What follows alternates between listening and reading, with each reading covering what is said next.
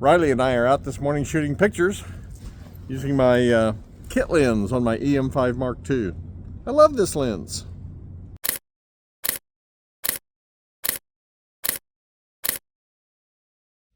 Ooh, it's cold out there. Just a little bit above freezing. And there's a really stiff wind, so you can't stay out there too long. I was out this morning shooting with my EM5 Mark II, and I've got the Olympus 14-42 2R, just one of their standard kit lenses. Nothing real exciting. And I like a lot of people, I tend to think maybe I want to upgrade and want to do something better, but every time I take this lens out, I'm reminded of how really good it is.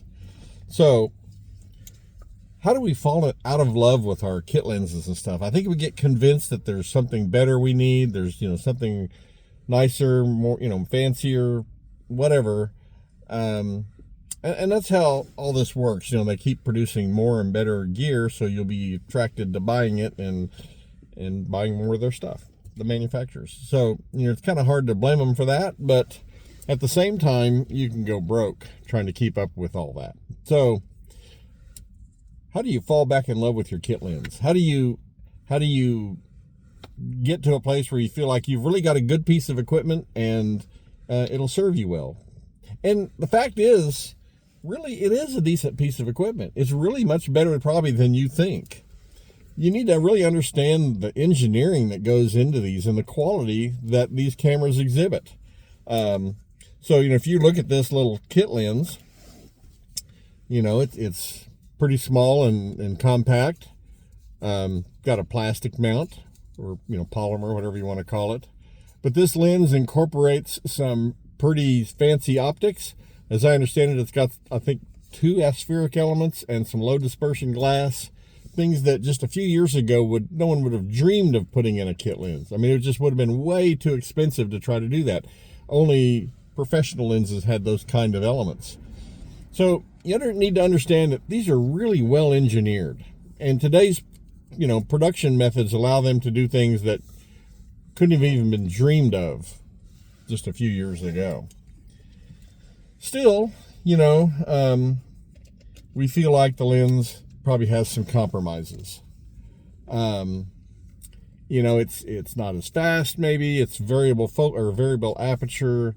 It's not as robustly constructed maybe as the professional or the higher end lenses. Still, there's a lot to be said for these. The thing that's really important to understand is this lens is not what's keeping you from taking great photographs. Not the lens. The lens is more than capable.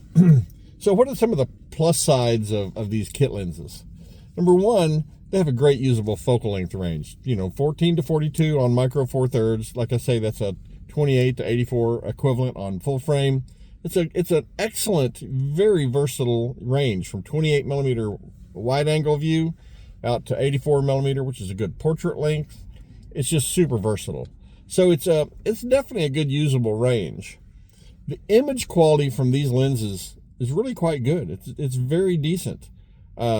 Yes, maybe a pro lens is better, especially at wide open apertures, but these perform quite well. The images these produce are sharp and contrasty. They'll impress you. They're really quite good. And again, the image quality from these is so much better than what we just had just a few years ago. They're lightweight, compact. Like I said, when I took this off and showed it to you, it's a very compact lens. And I know it's not a pancake, and I know Olympus makes a pancake version, and the pancake version is even more compact, though I think this version maybe has a tiny bit better image quality and a little bit more robust. So in this case, this is compact enough, I'll take this size and get some of the features it has. And these things are very affordable. This is, like I say, they come with a lot of cameras. If you buy one of these used, they're less than $100. And I think if you buy it new, the suggested retail price is like around $300, which I don't think really anyone just goes out and buys one of these brand new. They usually end up with one that comes on a camera as part of a deal, Now, on the downside, are there some negatives? Sure. Number one is the mostly plastic or polymer, if you want to call it that, construction. These days, the lenses made with polymer construction are more durable than you might think. However, plastics have come a long way, and this one has a polymer lens mount also, or plastic, the lens mount. But I've had this thing on and off this camera, I don't know, hundreds of times. I've been using this particular lens for 5 or 6 years now, and it has held up just fine. It has performed great. I've had no problems with it whatsoever. Now, all that being said, I take pretty good care of my equipment. I don't bang it around. I'm careful with it. And so, I always feel like any kind of equipment you have, if you take care of it, it'll take care of you. And so I take care of my camera equipment. I do my best not to let it get physically damaged. Still, for some people, the construction is going to be a negative. Just because they feel like metal is more robust. And of course it is. Still, if I drop this thing, and if I have to choose between the lens mount on this plastic lens breaking or the lens mount on the front of the camera breaking, I'd much rather this inexpensive lens break than the camera. So if there's going to be a weak point, I would rather it be the back of this lens. If the lens can't be repaired, I can buy another one for less than $100. If I rip the lens mount off the front of this camera because my lens and everything is all metal, yeah, it's going to get real expensive, if not completely ruining the camera. So, not that I intend to drop it, and I try to be careful, but if something bad does happen, I'd much rather the lens be the thing that fails. So, the other thing about these is, this is not a trophy lens. You're not going to have any bragging rights because you have one of these. You're not going to be able to take it and show your friends about this super fast, fancy, expensive lens that you just bought. There's no bragging rights unless the pictures you take with this are so good that you can brag about your pictures. And here's the thing about that. It's, again, not this lens that is keeping you from taking great pictures. Not at all. If you zoom back into the 1960s and you were a serious amateur photographer, you might have something like this Voigtlander Vito 2A. And this is a simple viewfinder camera. It doesn't even have a rangefinder. You had to guesstimate the focus on it. Had a mechanical shutter, and basically you manually wind it and cock the shutter, and then you can take a picture, look through the viewfinder, but you have to guesstimate the focus. Now, this had a pretty decent lens. It's the Color Scopar, which is a 4-element Tessar design, which performs quite well. Frankly, it doesn't perform as good as this lens does. This lens will outperform that Color Scopar. There's no question of that. But this camera in 1960 cost $109 and change. And if you calculate that out with inflation for today's prices, you're in the neighborhood of $1,000 that this camera would have cost you in today's money.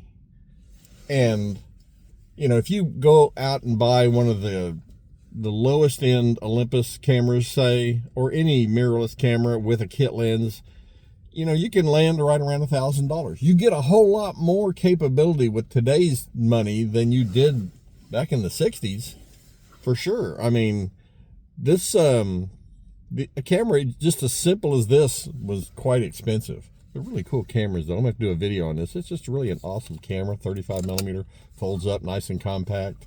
I don't know. I love this thing. Anyway,